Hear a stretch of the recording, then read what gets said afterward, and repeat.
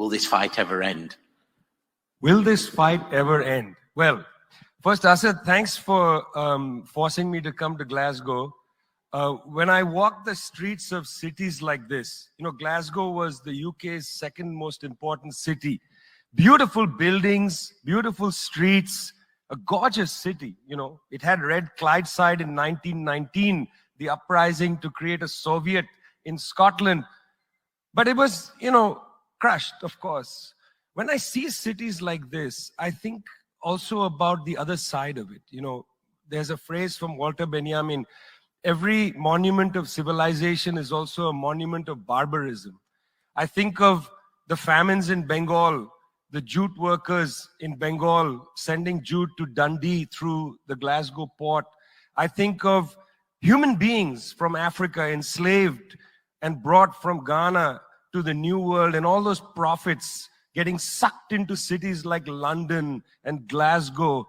Between 1765 and 1938, the British Isles stole $45 trillion pounds from India, 45 trillion sterling from India. We never got paid for that. When the British left India, when we threw the British out, our literacy rate was 13%. So much for several hundred years of so-called civilization. Meanwhile, our landscapes were destroyed. Coal was foisted on India. You foisted coal on us. You were the ones that came and made us coal dependent.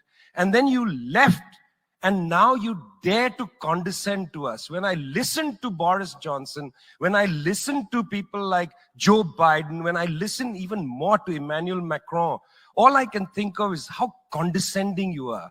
You condescended to us 400 years ago. You condescended to us 300 years ago. You condescended to us 200 years ago. You condescended to us 100 years ago. You're condescending to us today. You only know condescension because for you, colonialism isn't something that happened in the past and we defeated you. It's not that. For you, colonialism is a permanent condition. And that permanent condition happens in two ways. There's the permanent condition of the colonial mentality. You want to lecture us. You want to tell us that we are responsible for all the problems because you'll never accept that you're the one principally to blame.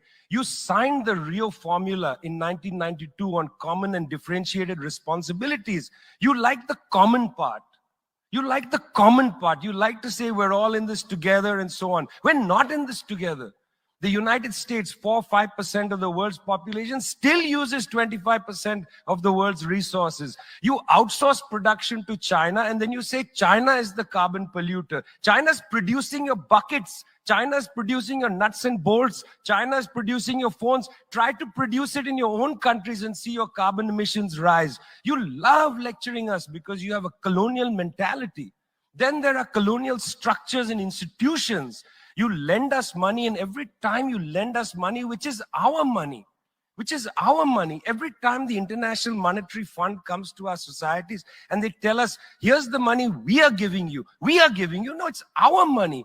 You give us our money back as debt, and then you lecture us about how we should live. It's extraordinary. It's not just a colonial mentality. It's a colonial structures and institutions which reproduce themselves year after year after year. And let me tell you something. The climate justice movement, not clued enough on this.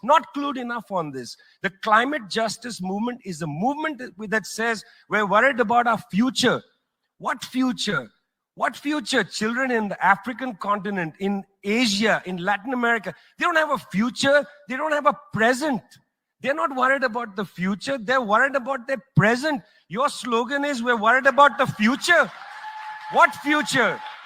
That's a middle-class bourgeois Western slogan. You got to be worried about now.